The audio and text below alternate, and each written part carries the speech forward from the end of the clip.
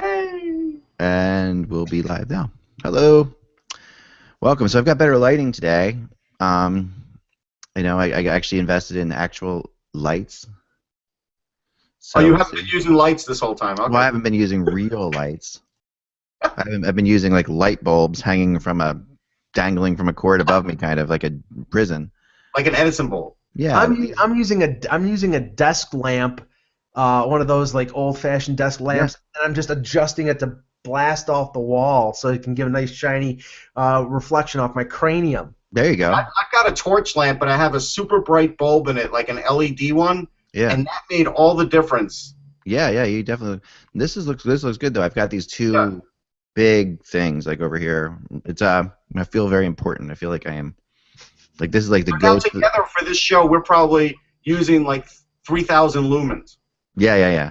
It's like I feel like these are like the go to the light type lights. You know, like go to the light. When it's all over. That was on TV last night. The old Poltergeist with Craig T. Nelson and Jo Beth Williams. There is only one Poltergeist, honestly. Oh, yeah, he makes a good point, though. There pretty much won't be an old one of anything. They're literally remaking anything that you liked 20 years ago.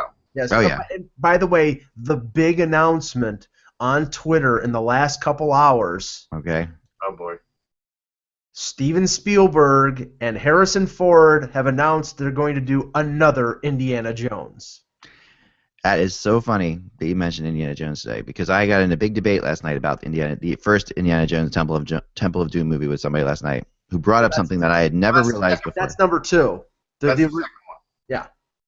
Yeah. The very first the first Indiana Jones movie, right? Was Raiders of the Lost Ark. Raiders of the Lost Ark. Sorry, that's the one. That's the one we're talking about. Yeah. And he brought up something to me that actually I did not realize that may have destroyed everything for that movie. Is that Indy in the movie absolutely has no consequence on anything that happens in the entire film. And when you think about it, it actually is true. No matter what he had done, spoiler alert, no matter what he had done, nothing he did. Spoiler alert, like 35 years later. Yeah, right. But nothing he does changes the fact that they would have found they would have found the Ark Covenant, they would have taken it to an island, and they would have all died. So there's nothing the Nazis would have killed themselves off anyway.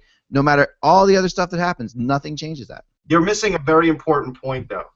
Spielberg's wife needed a movie part. He made one for her. But that was Temple of Doom. That's right. That was Temple of Doom. You're right. First one was Karen Allen. Yeah, that was Karen Allen. Think about it. I mean, that's true. My mind was blown because I sat there and I tried to argue all the different things that Indiana Jones does throughout the movie. That is a fair point. But it absolutely is true that he doesn't do anything that changes anything. But the action was good. The action was great, but nothing he does has any consequence on the movie whatsoever. Sure he did. I mean, he shot the guy with the bullwhip. That doesn't change the inevitable outcome of the movie. And look, the second one, we don't even need to talk about that. That was an abomination. Yes, it's funny in the series in that series, the first sequel was hideous. The second one, The Lost Crusade, the one with Sean Connery in it, was really good. Was really, really good. Yeah. And then the latest one was horrible. The Shia LaBeouf, Karen Allen coming back. I thought it was terrible. Now it's just, they're doing it. The next one is going to be the retirement home of Doom. Yeah, the fourth one was the worst. Basically in the retirement home, and he's talking about all of his adventures. Yeah. I definitely have to admit that the fourth one should not have been made at all. Right, and that's why I'm a little skeptical about this, because it's not coming off. I mean, maybe it's the fact that the odd movie, the odd numbered movie is good. So, but if I were writing it, this is how I would write it. I literally would write it where Indiana Jones is in the retirement home, and his grandson is coming in, and he's listening to all his stories, and his grandson tells him this one story where he's got this great treasure hidden and he's got a map, and then Indy kicks off, and then that kicks off the movie. Well, the only thing is there's something there then. His son is Shia LaBeouf, and Shia LaBeouf is in his early 30s, so it's not plausible to have him have a son that's old. Okay, so he could be his nephew. But I'm telling you, that's the only way you can do it, where you'd say, all right, it gets Harrison Ford in a movie. He's not in it too long, because let's face it, he's too old. And when he kicks off and he has this mysterious map and at least someplace, at least it brings your mind to, okay, he could take over Indy's adventure. Yeah, but Sean Connery was in his 70s when he was playing the dad, so... Does he just want to kill off all of his characters before he dies? Is that the idea? I guess that's what Spielberg's trying to do, yeah. Yeah, that's what it sounds like. I don't know. So I guess the chicken movie will come back too then. Oh, yeah. Well, I honestly... He did that movie, right? Oh, yeah, he did. Or was it Harold the Duck, whatever it was? Howard the Duck. That was the Duck. That wasn't him. He didn't do So Howard which the one Duck. was that? No, that was that Spielberg or that was George Lucas, right? No. That was one of those two. I thought it was one of those two. Howard the Duck was not one of those two. I'm positive. Hold on. All I know is, yeah, You're wrong. Russ will find out in a second. Spielberg did Sugarland Express in a movie called Duel before he did Jaws. Then he did Close Encounters. Close Encounters was good. Yeah. Kind of. It was weird. It was weird. It was. I mean, I was there was no bigger UFO kid than me when Close Encounters came out. It was like I would go out at night before Close Encounters came out even and look for UFOs. Like that was all my thing. But that movie, watching it in retrospect, like I showed it to my kids the other day, it's just really kind of hollow. That movie. There's really not a whole lot to it. It's very dated. I mean, it was made in 77. So. I mean, and I've been to Devil's Tower. At the time it came out, I'd already been there, so I knew that I knew that it was really cool for me, and I loved the whole thing. But yeah, it was. Howard the Duck was George Lucas. Okay. There you go. I knew it was one of them. He didn't direct it. He sure in did. Association with George Lucas, he didn't direct it. He didn't direct it. He's part of it. But he was a part of it, and that's where we were. Oh, come on. Going with the association. No, I mean that was a big thing when Howard the Duck came out. It was. Yeah. By the way, they were selling it on from you know the what maker its score is on Rotten Star Wars. Sorry, the score on Rotten Tomatoes 14%. There is no more disturbing moment than Leah Thompson getting into bed with Howard the Duck. Oh. To destroy your childhood. I mean, because Leah Thompson back in the day. Wow. Well, when Leah Thompson was at her height, I mean, she had already done Back to the Future, I believe, at this point. Yes. Well, before Back to the Future, she was in a bad Tom Cruise movie called All the Right Moves. Oh yeah, that wasn't a bad movie. That was a good movie. Not really. Yeah. Tom Cruise is a football player. He's 5'4" and 140 pounds. You know what? Rudy was 5'4" too. What's your point? All right, so here's the top 10 most disturbing Howard the Duck moments. Ready? All right, No. Let's not go. Just for a second, because definitely have to talk about this for 1 second here, because this movie had it all. Okay. I haven't watched this previously, so I'm hoping that it's good, but I know that we're really gonna take 5 minutes of our lives to watch this crap. No, Tim. This is that's not the moment. Tim Robbins, isn't that? Yeah, that is Tim Robbins. You're right. It is. But I mean, just the hair. First of all, is the most disturbing thing in the world. Yeah, the hair is disturbing. Leah Thompson's hair next to the duck, all messed up. He's trying to play it tough like this. It's ridiculous. It has to be. All right, I'm gonna stop this. Let's please stop it. Please. You got it. Let's get going here, right? What do you think? All right. Sorry, I shouldn't have brought up Howard the Duck. I shouldn't have. Yes. Oh, man. This is Jimmy Howard the Duck. All right, here we go. Your favorite player, Mike. Hello, Hockey World. It's Tuesday, March 15th, 2016. I'm Steven Spielberg. Yeah. I'm Russ Cohen from Sportsology. And I am Eklund, and you're watching the Hockey Buzzcast on HockeyBuzz.com. This is the podcast that comes to you every Monday through Friday in the afternoons and sort of fills you in what's going on in the hockey world. And today, all news starts with the Montreal Canadiens, and I don't mean the fact that Mike Sheltarian is going to be back next year. I mean the fact that Youppi is going to miss 4 to 5 weeks after an injury in practice. Yes, Youppi. Youppi, apparently, besides add him to the list of Carey Price, Torrey Mitchell, and Brendan Gallagher, as injured players this year for the Montreal Canadiens, he is going to be out after he got hurt in practice. I don't know quite how because is Youppi so he can't skate at this point? No, Youppi cannot skate right now. He pulled his groin. Youppi is probably the most famous of all of the mascots, I would say, in hockey. I mean, Youppi came from the Montreal Expos. He's the first ever mascot I know to successfully jump from one sport to another. Yeah. So I mean, there's that. there's a great thing to be known for. I If you were know. going to have an MTV like death match, though, I would put Youppi up against Sharky because when Theo Fleury went to punch out Sharky, Sharky fought back. That's true. That's true. Sharky did fight back, and then we all remember the Nobody can beat the San Diego Chicken. No, but how about the wolf, was it, or the dog in Edmonton had his tongue ripped out by Craig McTavish a few years back? Yes, he did. Remember that moment? Yeah, I there's do a lot of good remember that moment. mascot moments. There are a few teams most teams, and my favorite thing now at the All-Star game is definitely, and I will not miss it again because I missed it this year and I was really disappointed, is the All-Star game mascot hockey game, Yeah. which I really won't miss again. But yeah, Well, you're burying the lead here, come on. I'm definitely upset about UP, but let's talk about, besides that, the other sad news coming out of Montreal today, which is that Michel Therrien will be back to coach the Montreal Canadiens next year, according to Renaud Lavoie from Renaud Lavoie, who I completely respect and recently met and is a wonderful person. I just really am disappointed. I don't know. I don't know what to say about this. They are mad. They are beyond. Oh, they have to be, and they have every right to be.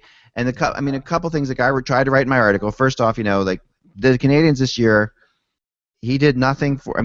The biggest question mark going into the season this year was: are the Canadiens can they do anything without Carey Price? And I look at that roster and I think they can. So to me, the question is: could they do anything with Michel Therrien? The idea here is that Michel Therrien has not done anything to make this team better, to help this team with the loss of Carey Price, and they're basically giving him a mulligan. I talked to a couple people today. They're saying, okay, Carey Price was out.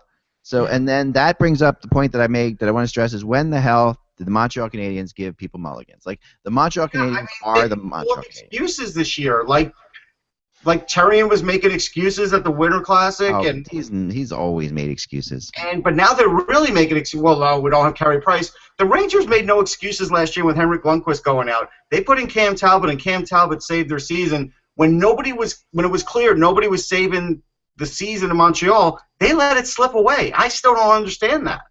Well, I don't. As typical of the psychotically emotional Montreal fan base. No, they're allowed right now, Mike. I'm sorry. Okay, I'm not the biggest fan of Michel Therrien, so you can't pigeonhole me in that area. But honestly, for the last couple years, the question that has been out there, the question that I have raised regarding the Montreal Canadiens is: are they a creation of having a great goaltender? This year is the proof. That's not Michel Therrien's fault.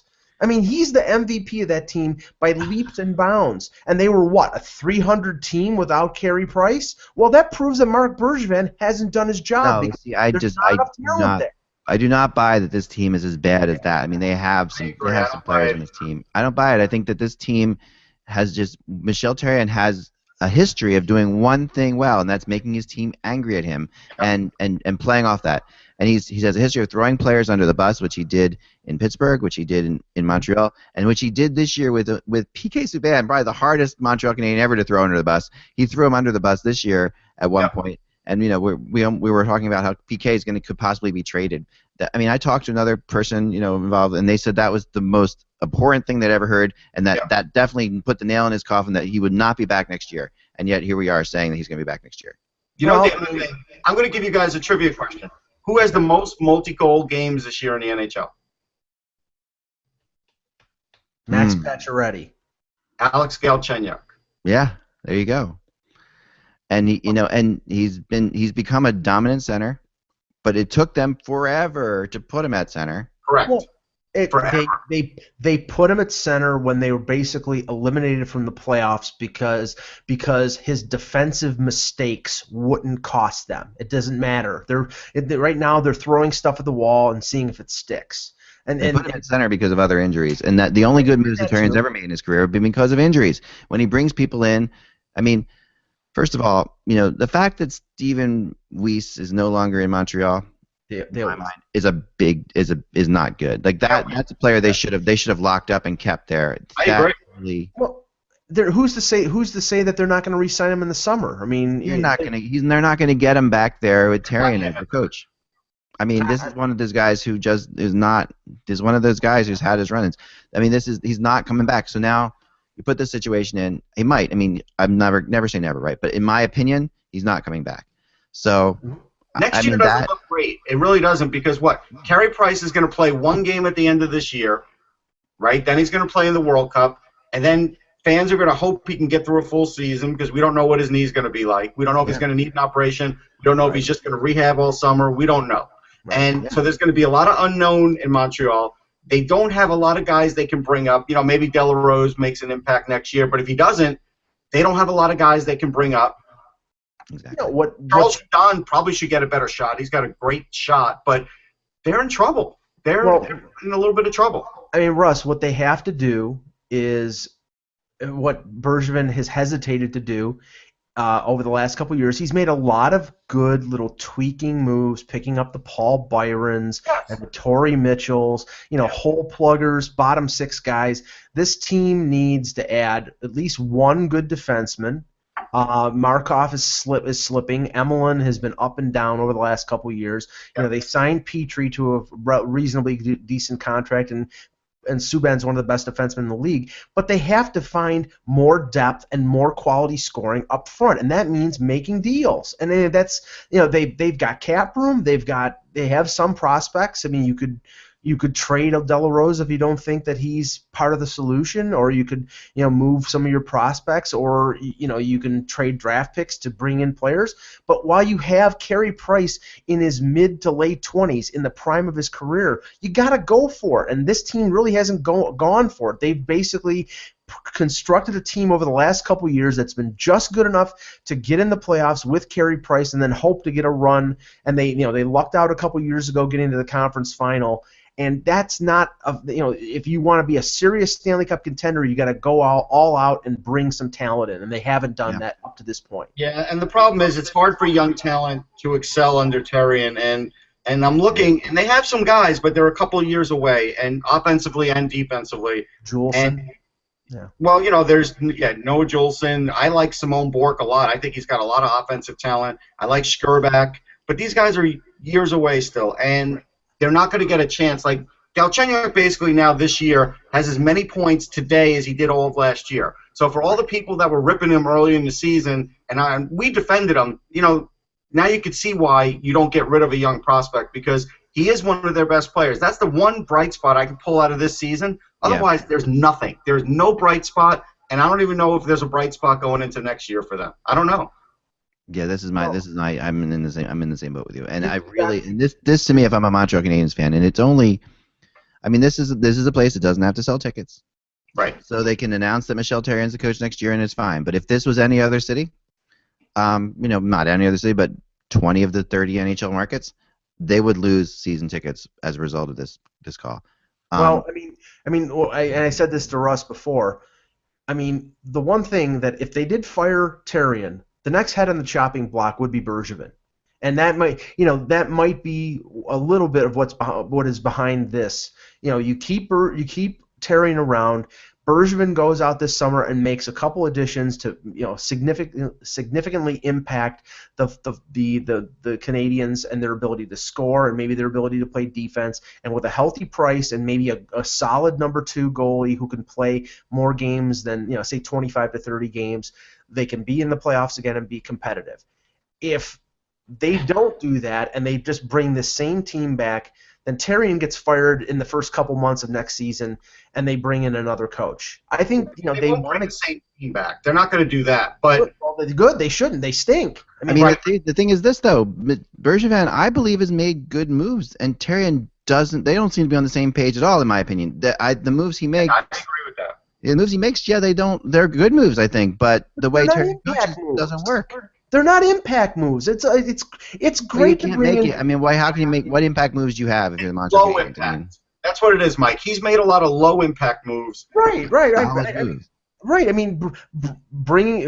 Getting Dale Weiss from Vancouver, getting rid of Brandon Prust, bringing in Torrey Mitchell, bringing in Paul Byron, bringing these bottom 6 guys. They fit well into the concept. Signing Brian Flynn. Okay, those are great. Those are good character guys who can fit into your bottom 6. You're not bringing in. Their big move over the summer was signing Alexander Semin. Yeah. That's what No, I'm I mean, talking there's about. no question. I agree with you that they didn't do much this summer at all. You know what it is? And I think they could survive with their defense. They'll get somebody else. I think they could survive that way.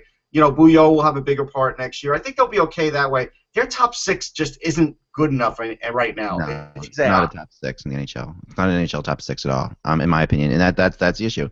They need two forwards to add to their top six, to add to Gallagher, Plekanec, Pacioretty, and Galchenyuk. They need at least two.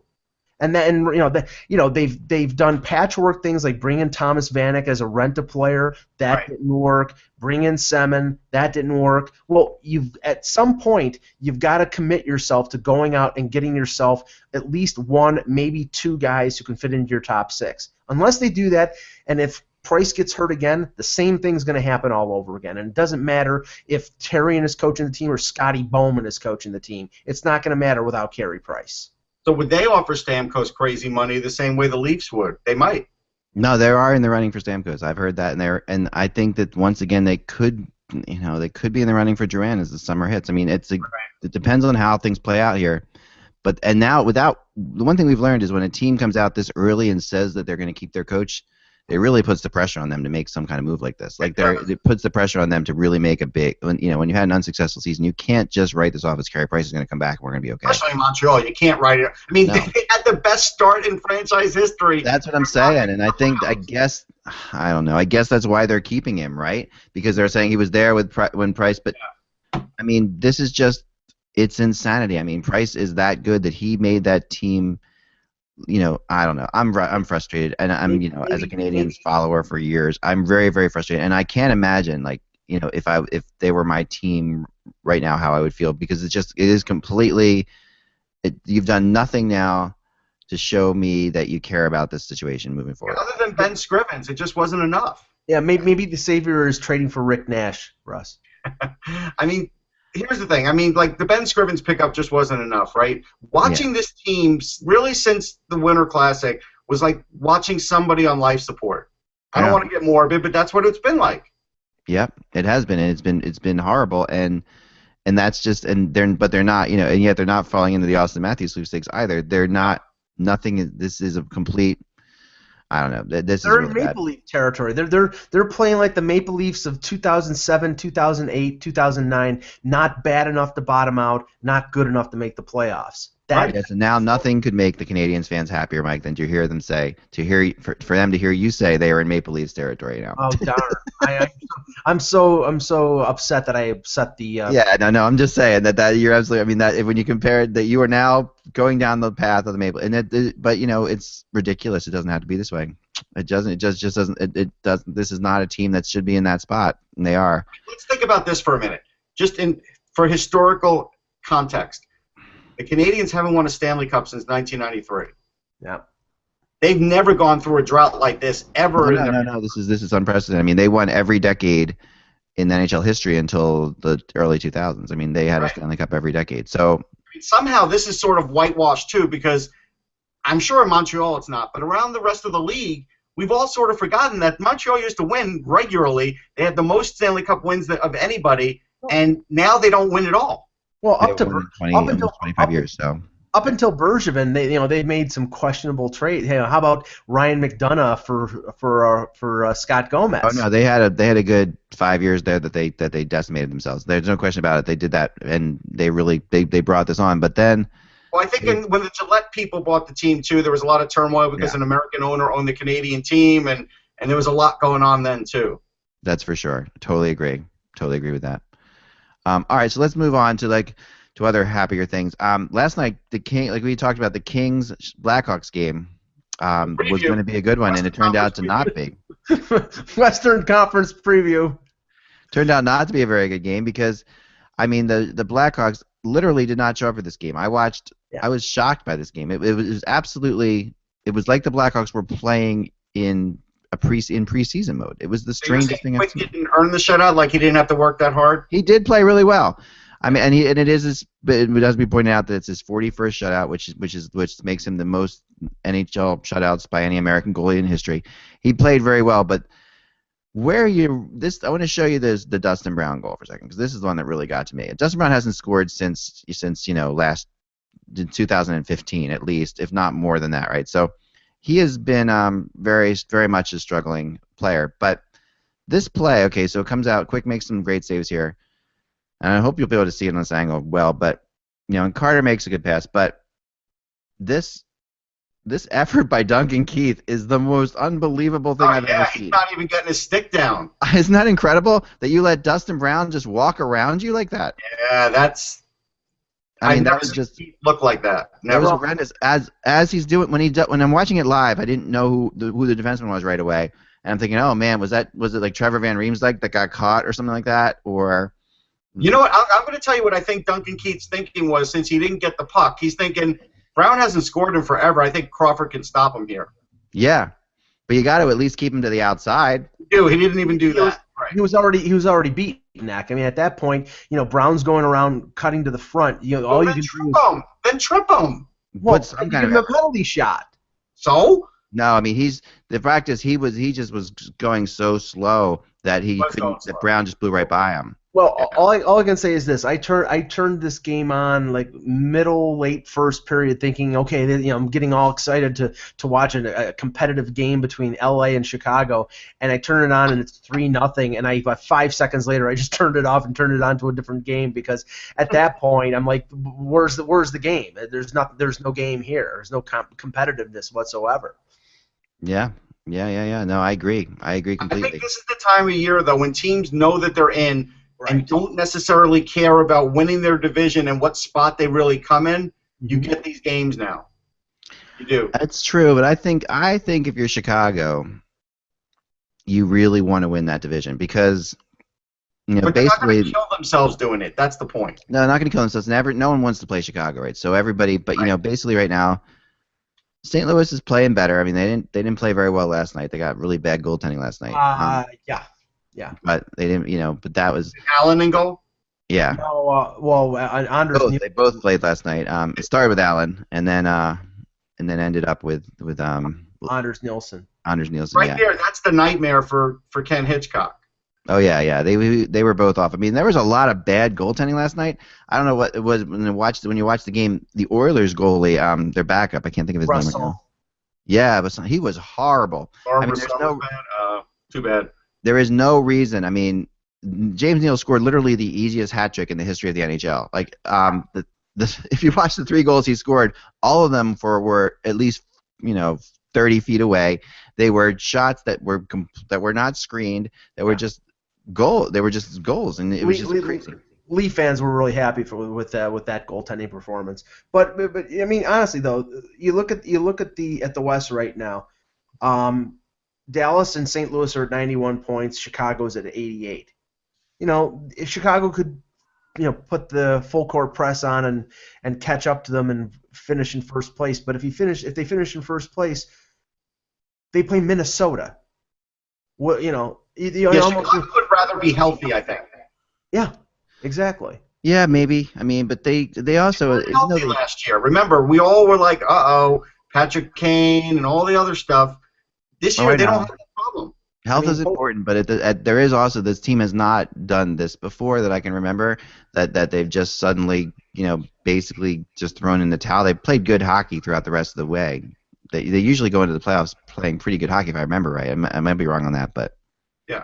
Yeah, I think they're more focused on, let's get Hossa back in the lineup. Let's make sure that nobody gets hurt before the playoffs. We know we can turn it on. It doesn't matter if we start on the road or start at home. It doesn't matter. They don't care. They know they can. They didn't have home ice advantage against Nashville. Right. They don't care. Yeah, I agree. But you think if the Kings are coming to town, you're on national television. I mean, it seems like you would put in some sort of effort. I mean, but not to the nth degree. They're not going to play that like a playoff game. There's no reason. Like tonight, when the Flyers play Detroit, they're going to play that like a playoff game. There's no reason for the other two teams that we're talking about to play it like a playoff game right now. Yeah, that's for sure. What in the few minutes that I did watch it last night, what that game lacked was desperation. There was no desperation whatsoever on the part of Chicago. It's like, okay, what are we gonna do? Like, go full throttle and try to run the LA Kings through the boards? No, why? We're 12 games away from the playoffs. We don't want to, get injured. We don't want to have some, I don't see what the point is. We're in the playoffs. We don't care who we meet. We play in the first round. We can beat any of them. We're the Stanley Cup champions. Why bother? Yeah, well, that's what they're saying. In the East, you know that, right? What was that? The big elephant in the room in the East is that big Islander win yesterday. They coming back. Most people turned that game off. Most people said the game's over, and they scored three third-period goals, right? And by doing that, they're now a point behind the Rangers, and I think they have 2 games in hand. Still have 2 games in hand. Yep. And the Rangers have been sinking slowly for a half a season now. Yep. And Alain Vigneault has no answer for getting them back on track. Rick Nash, by the way, hasn't scored in 2016. Now, a lot of people are like, well, he's been injured. It's 12 games. Right. It's 12 games. Yeah, it's not insignificant. Eric Stahl hasn't scored in 6 of his 7 games. He had a 1 2-point game, and he hasn't had a point in any other. Maybe that's Montreal's big signing. They're going to bring in Eric Stahl. Maybe. But I'm just saying, these are big problems for the Rangers, and they're getting everybody back now, and they don't have any continuity. Right now, they're flat-footed. They really are. And the Islanders have won a bunch of games like they won last night. And the Islanders have really competed hard and they've been down a lot in these games, and the Bruins have too. These teams, both teams have been down a lot, and even the Red Wings have been fighting back in games, but the Rangers haven't been fighting back in those games too much. And regardless what Dan says, home ice would mean a lot to the Islanders over the Rangers. It really would. The SUV would be happy. I can't argue there. I mean, tonight you get 2 big games, of course, as we were talking about in the Eastern Conference playoffs race. We get the Penguins and Islanders. The Islanders have the 6 games in 9 nights they're in the middle of right now. That is something that's going to be interesting to see how they. But they're a young team; they might be able to weather it. Yeah, they might be able to weather it exactly. Yeah, the question is how many of those 6 will Greiss play? And I'd probably say he's going to play 5. Oh, he's playing 5. Yeah, at least 5. Yeah, I mean they can't. I mean they do want to get home ice. I do believe that's a huge important thing to them. And honestly, I think I don't dispute Tavares and his impact in how good of a player he is. They have a really good depth at forward. Their defense, now that Boychuk is back, is pretty good. To me, right now, the big question is whether Greiss can handle the number 1 duties. I think he can. I'm telling you, he can. We'll see. I mean, I'm skeptical. I mean, he's never been a number 1 goalie before. He's had a decent year. His statistics were better than Halak, but Halak was used to the workload of being a number 1 goaltender, and he's not going to be on the scene. I mean, he's going to be out for at least the first round, maybe longer, because it's a groin injury. So all their chips are on Thomas Greiss right now, and if he plays anything like he did last Wednesday against Toronto, they're in trouble because he didn't play very well. So here's a funny thing, Eck. At the press conference today for the All-American Prospects game at the Wells Fargo, Paul Holmgren's up on the podium with Dave Haxtell, and Paul Holmgren had mentioned that, hey, Dylan Larkin had just spoken, right, because he talked about him being in the All-American Prospects game, and Paul Holmgren was basically like, well, if we could kidnap Dylan Larkin and kind of put him in the bathroom until after the game, that would be really good for us. And, of course, everybody laughed because that is we talked about it yesterday. That is the biggest problem other than Pavel Datsyuk. I did look up the stats, Eck. Datsyuk is a Flyers killer. He is a Flyer killer. And the numbers are really gaudy now, but Mike has a retort to that. He does.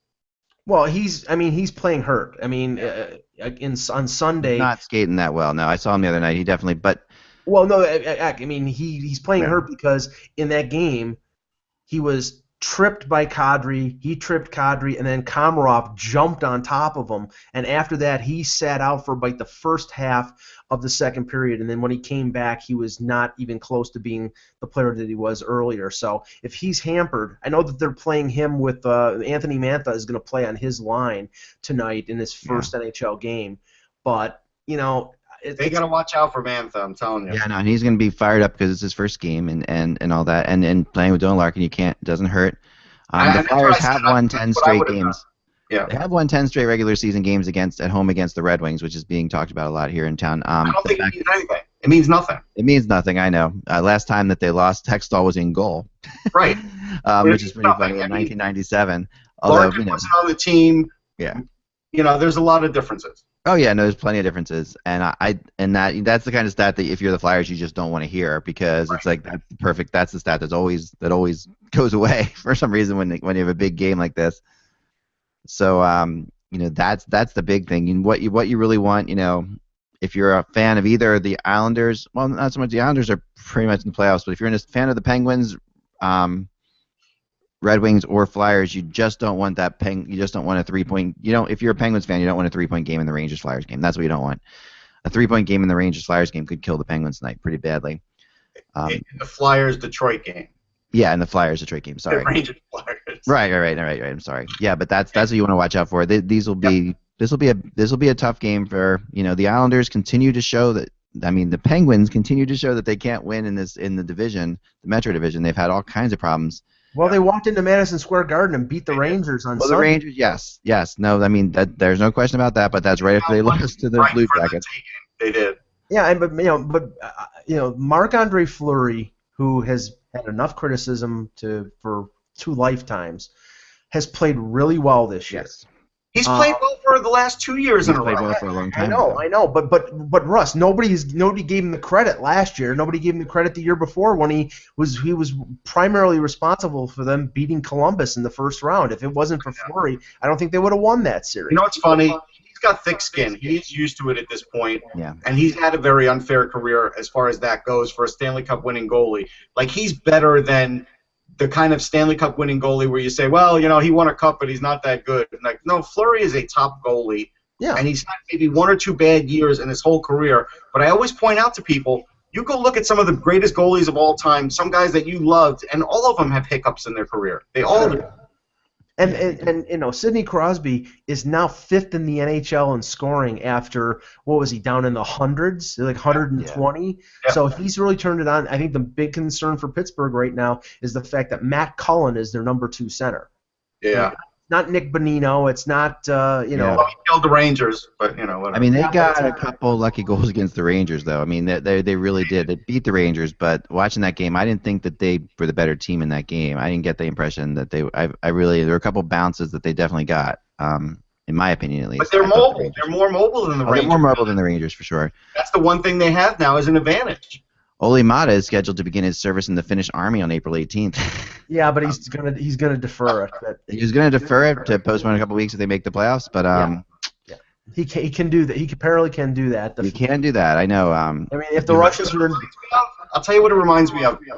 I was just watching the Smithsonian Channel has a thing coming up on Ted Williams, and I was always interested in his career, but I never quite got a handle on the Army thing. And so when he joined the Navy, basically his deal with the Navy was, let me get through the 1942 season so I don't miss all of these seasons, and then I'll join.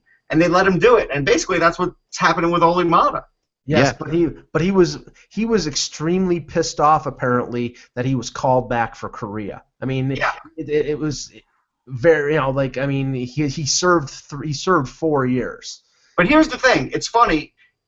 He didn't fly any missions in World War II, and I didn't know that. Well, what happens usually with these famous people is they get put on tour, sort of like to cheer up the troops, and they go around and they meet. They played baseball. He did do that. Yeah, they meet the troops. They cheer, but very few of them actually go into military action. With the exception of the most famous probably is Jimmy Stewart, who had like an incredible career. Clark Gable was also, I mean, not a fake soldier, but an actor. Well, here's the thing about Williams that you may not know. So he didn't fly at all in World War II. They had a thing in Korea where they decided they were going to invite back the X amount of best pilots that they had. Williams fell into that group, even though he only tested well. He never was out in the field. They bring him back, and then he's flying real combat missions. He actually gets shot down.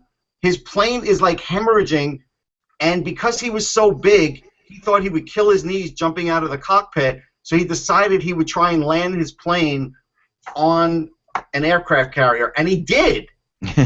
So he lands the plane safely, and basically he's using every expletive, right? Because stuff's smoking out the back. He's losing altitude. He gets off there. A guy in the truck comes up. He salutes him. He shakes his hand, and then he asks Ted Williams for his autograph. No joke. It's awesome. Another interesting story from one of the games tonight. William Nylander for the Maple Leafs is playing his 9th NHL game. 10 games would mean the expiration of his first year of entry level. According to most of the reports coming out of Toronto, at least this is the direct quote from Mike Babcock, whether Nylander should remain with the Leafs. Not for me. I haven't sat down and talked to Lou Lamoriello. Hey, what are we going to do with this guy? To me, the idea was to bring him up and keep him up. The same goes with the other guys. If they can show that they're part of the plan, then that's the plan. So according to Babcock, he should be staying. Wow. Lou is not so clear. Yeah.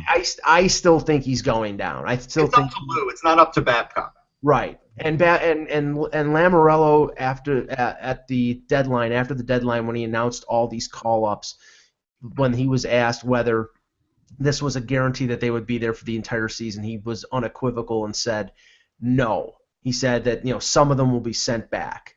I understand the positives of letting him get another 14 games, but I think it outweighs the positive of having him at $925,000 for the next 3 years rather than burning a year of entry level. It doesn't make any sense, but they may do it. I think it's a 50-50 proposition. It's a bad business move, but it's a good motivational move for Nylander because it gives him more money.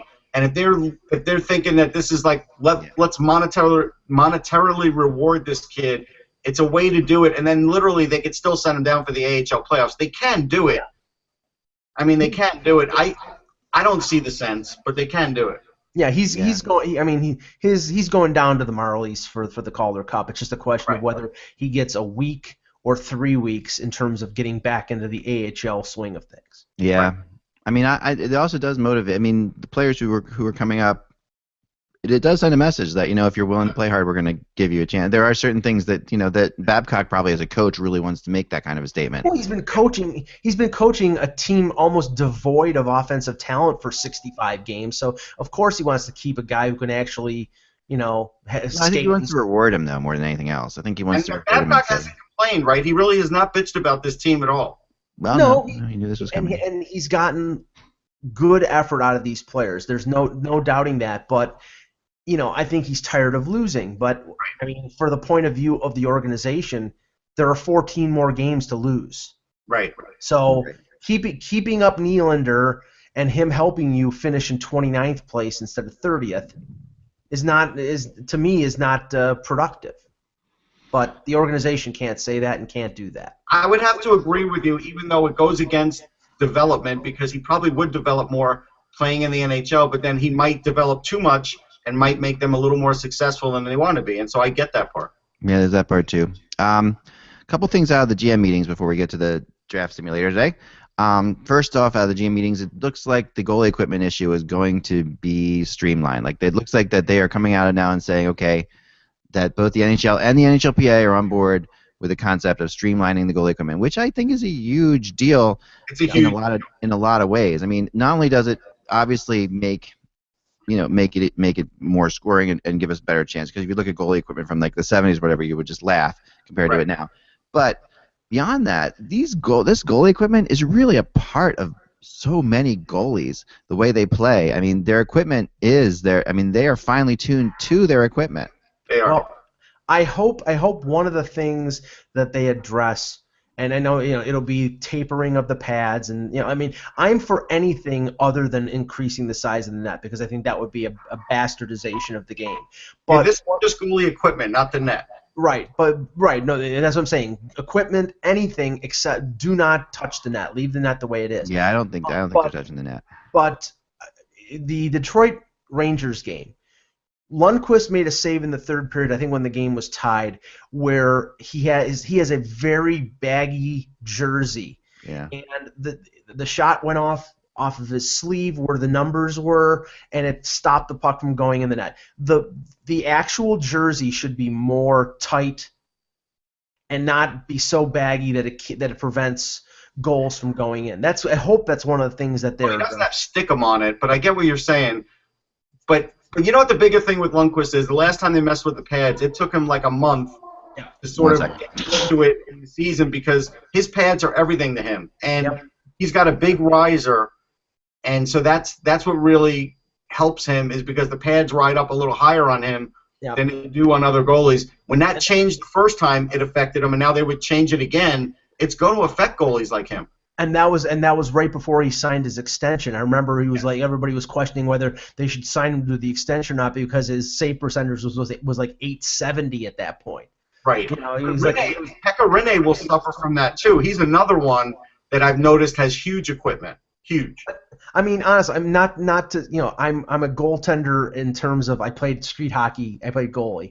So I have sympathy for goaltenders, but honestly, if I'm out there playing with a pair of old hockey pads with no pants or no hockey pants and a baseball and a baseball glove and a jacket, and I'm facing plastic pucks and tennis balls, you know, the equipment that they have is akin to a bulletproof vest. Right. I mean, they're not going to get hurt. I don't want goaltenders to have, you know, their safety to be affected, but I also want more offense. So if it means narrowing the pad by an inch or tapering them so it'll make it more difficult for them to make a save, I'm all for it. I just don't want the nets increased. Another point that could be made on their equipment, and I don't know if they're talking about it, is the size of the glove. The size of the gloves have gotten to be massive, like in baseball. And if you go back and look at, like, I don't know, Emile Francis, the size of glove they used in his era, it was minuscule compared to what they're using now. And so, like, when you make that behind your glove save that, you know, looks like it's going to the net and you make it, it's a lot easier to make it now with these big gloves. The size of the goalie glove now is the size of a first baseman's glove. It is, and they should taper that down because that save, like I said, the one where you're looking behind you before it goes into the net, is ridiculously easy to make now compared to when I was a kid, where only the great ones could make that. No, you're absolutely right, and that happens a ton. I do agree. I think that they will get this right, but I'm really curious. I mean, I'm really curious how it'll affect the balance and play of some of the goalies who are very much the kind of goalies like Carey Price is, who really is so finely tuned to every part of his equipment, you know, and when he puts his pads down, Steve Mason's kind of the same way. There's some goalies who are not, you know, who are just very much in tune with that, and their pads are built so they can go down on their knees, cover the whole side of the net, and then and still, you know, Mason's is so big his shoulders still block the top part of the net. Yeah. This kind of thing could change. Who this will affect the most? Go ahead, Russ. I was going to say, I could see Lundqvist, Rinne, Bishop, those guys I think would have a little bit of a problem. Yeah. Whereas guys like Jonathan Quick, it doesn't matter. Yeah, right. I was going to say, who this will affect the most are the shot blockers, not the goaltenders. You know, right, the guys who make, like the Bernie Perron says, we used to make saves, now they block the puck. Right. You know, that's really, I go with that. This is the, you know, the guys like. So Luongo will be affected. Yes. Dramatically. Yeah, I think so too. Luongo, by the way, just still cannot catch the puck. I mean, I'm watching. It's something about Luongo. If you watch him, I think Luongo makes some unbelievable saves, but he botches more chances to catch the puck than any goalie in the league. And it happened a couple times last night where he actually gave up goals on it. Well, if you notice that the trend right now in the NHL for most of these goaltenders, like you see a guy like I know like a guy like Reimer had worked on his glove hand over the last couple of years. He's almost holding it up like this. Yeah. Like that in a position to catch the puck. Oh yeah, no, it's up like this right away. It's not. Whereas Luongo's got it down almost to the side of his leg, and he has to react. Just the squeezing part of it, like it's like his glove's not broken in well enough or something. You know, which can't possibly be true. I mean, we all remember that this led to Zach Parise tying the game for USA in the Olympics. The same kind of thing. Where the shot came, Luongo grabbed it, puck popped out of his glove. You rarely see pucks pop out of goalie gloves in the NHL. I mean, it's rare that you see them at all, and yet you see it with Luongo every game. I don't know what that is. I don't understand that. He did for Curtis Joseph a few playoffs ago, but sorry, Mike. But yeah, I remember that one too. The last thing I'll say before we get into the and then I got a boogie right on 4 o'clock today. But the last thing I'll say is this. Boogie, no one uses that word anymore. What, boogie? Yeah, nobody uses that. I know, my wife uses it all the time. I don't know why. Anyway. It's a 70s term. I know, I'm not like really boogie. Yeah, please don't do your Denny Terrio imitation. You won't see it again. That was the most you'll ever see from me. But I can dance, man. Can I dance? All right. No, the NHL is also apparently was brought up at the Board of Governors meeting the concept of not calling icings of calling icings when penalty killing. So that that you can no longer ice the puck on a penalty kill. That is something that's been discussed before. I hate that concept. I think it's dumb. I think it would just kill. To me, there's a rhythm about a penalty kill and a power play in the NHL. Right. That exists. Of the icing the puck, the crowd goes crazy. You go back, bring the puck back down, ice the puck, crowd goes crazy, bring the puck. And I would be more in favor of them repealing what they, I guess, refer to as the Montreal rule, which means if it's a 2-minute minor, it doesn't expire once the power play goal is scored. You let it run the full 2 minutes. So it would be better than icing. Yes, it would be better than icing. That's better. Yeah. It's hard to argue there. So let's get to the NHL Draft Simulator. Woo! People tell me I watch them every day. I get so many great comments about this. But they look forward to this. I'm keeping track, so I'll be able to provide an update in a few weeks, the next week. Oh, maybe. You are keeping track. Okay. Yep. Pick a winner. Ready? 1, 2, 3, go. Columbus, man. I couldn't even say it that quick. Columbus is absolutely killing it with our draft the last couple weeks. They've just totally. Next up, we have Buffalo. They've been killing it too. They've been up there too. Next up, we have. You said Buffalo before it popped. Oh, jeez. Well, I think psychic, Mike. I didn't say Buffalo before it popped. Maybe it just is slower on video. Next is Arizona. So there's your draft order. Yeah. So let's see where the Canadians are. The Canadians are 9th. Number 9. Yeah, so what would they end up getting at number 9? I mean, they can get a guy like Clayton Keller. They can get a really good player, but they're not getting a cornerstone franchise player. But they're getting a really good player. Maybe a McLeod, possibly. Yeah, I mean, a McAvoy if they wanted to move up to get, taken a little higher. There's players there. Yeah, this is a completely the top 3 today. I think this is the first time that we've had them all be American teams. I don't remember that, but. Yeah, I don't remember that either. That's true. Usually you said 1, maybe even 3 Canadian teams up there at times, but one who's getting no luck is Vancouver. Vancouver can't really. What do you mean they're not getting any luck? I mean, Toronto's got a 20% chance of getting the first pick, and they haven't been picked first in about a week and a half. I know. That's why Vancouver should get a shot. That's why. Karma is a bitch, Mike. Right, the Flyers won it once at 1%. They did. They won it once at 1%. That was crazy. Anyway, there you have it. So enjoy the games tonight. If you're going down, have fun. There's lots of good hockey being played. We'll be back again tomorrow to discuss what happened tonight and what that means in the whole scheme of things. And then tomorrow, I guess the Rangers start their West Coast swing. Boston starts their West Coast swing. So they're both out the West Coast the same week here. 2 teams that are pretty much solid in the playoffs. Both have to play 3 really tough games. That's gonna be an interesting little sidebar. Remember, without the buzz, it is just hockey. We will talk to you soon.